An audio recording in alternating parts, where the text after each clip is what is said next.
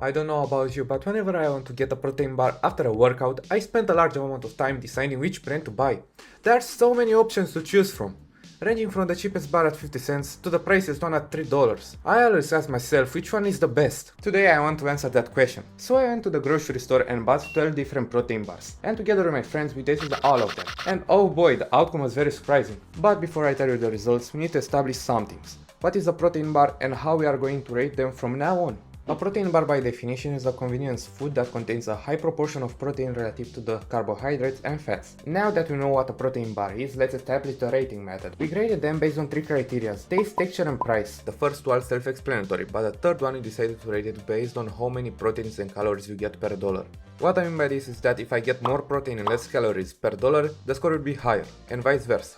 The first one we tried were Protein Air and Fibrobar Air.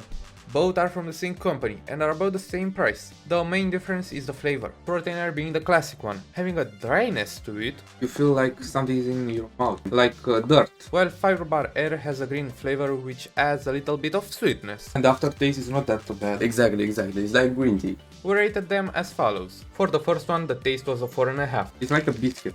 Yeah, it's pretty hard with weird taste and aftertaste. Because the aftertaste was horrible, leaving your mouth with a sensation of dust, which is rather unpleasant. The texture was a solid 2. I mean, it's hard as a rock. A rock. For the price we gave it a 7.5. You get 12.5 grams of protein for 40 cents, which is very good. But everything has a downside, and it's that it has 240 calories per bar, which is a lot. As for Fibrobar Air, the flavor of green tea carried the taste and texture, scoring at 6 and a 3 respectively. As for the price, it's an 8, because for 55 cents it gives you slightly more protein, to be precise 12.8 grams, and also for a less number of calories. From now on, I want to tell you that every protein bar was over $1, and we had bigger expectations. We started with PhD Smart, which was disgusting. Yeah, it's worse than the... Yeah, exactly. Bro! It's worse than the cheap. Scoring a 3 for the taste, because the flavor of nuts was very intense, it left our mouths dried. The texture wasn't bad at all. It was similar to the Lion candy bar. Take a look, guys.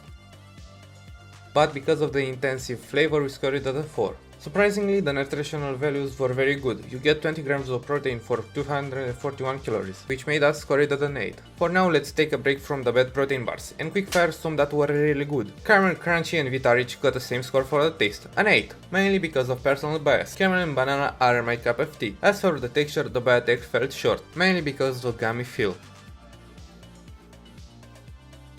It's a bit gummy. The bar with the banana flavor had the best texture so far. The texture, good. Yeah, exactly. It's like pretty easy to bite in. It wasn't too sticky or too hard. It was almost perfect. They scored a 7 and a 9 respectively. They are the same price, $2.5, and thus scored pretty high, but one scored slightly higher than the other. The Caramel Crunchy is an 8.5 because it gives you 15 grams of protein for 199 calories, while the Vita Rich gives you 80 grams of protein for 237 calories, which made us give it an 8. Now we taste my favorite protein bar, Pro Nutrition. It scored a 9 for both taste and texture. The taste was similar to a candy bar, like Nesquik, but for the price of $1 it got 7.5 because it gives you only 12.5 grams of protein for 222 calories, which is still good but not at the same level as the others. It's time for Biotech Vegan Bar. And I am not lying when I say that it almost made me to vomit. Oh. None of us like the taste. This is not that good. Yeah, no, it's vegan. It was like eating a mint leaf, and thus we give it a 1.5. The texture was also very bad, and it surprised me by being very fragile. Like a chunk of dirt. For the price of $1.5, it is an 8 because it gives you 30 grams of protein for 189 calories. But trust me, you don't want to try this. Zero Bar and Matrix were the same price, $2.5, but they scored very differently. The Zero Bar scored a 6.5 for the taste and a 4.5 for the texture. It was very similar to the first one we tried, the only difference being the aftertaste, which was slightly better, but that didn't make a big difference. The Matrix scored an 8 for both categories, but as for the price it gets a 9, because it gives you 27 grams of protein in 268 calories. The Zero Bar gets an 8.5, because it gives you 20 grams of protein in 200 calories. Now it's time for the elephant in the room, the big block protein bar, which states that it gives you 50 grams of protein for only 365 calories, which makes it a 10 for the price. But as for the taste, it scored an 8. But it's good. Yeah, it tastes pretty good for like 50 grams of Yeah. protein. It was tasty but had a bitter aftertaste, while the texture got a 6 because it was too chewy. Texture is a bit chunky, I think. Yeah, Seven, it's really chunky.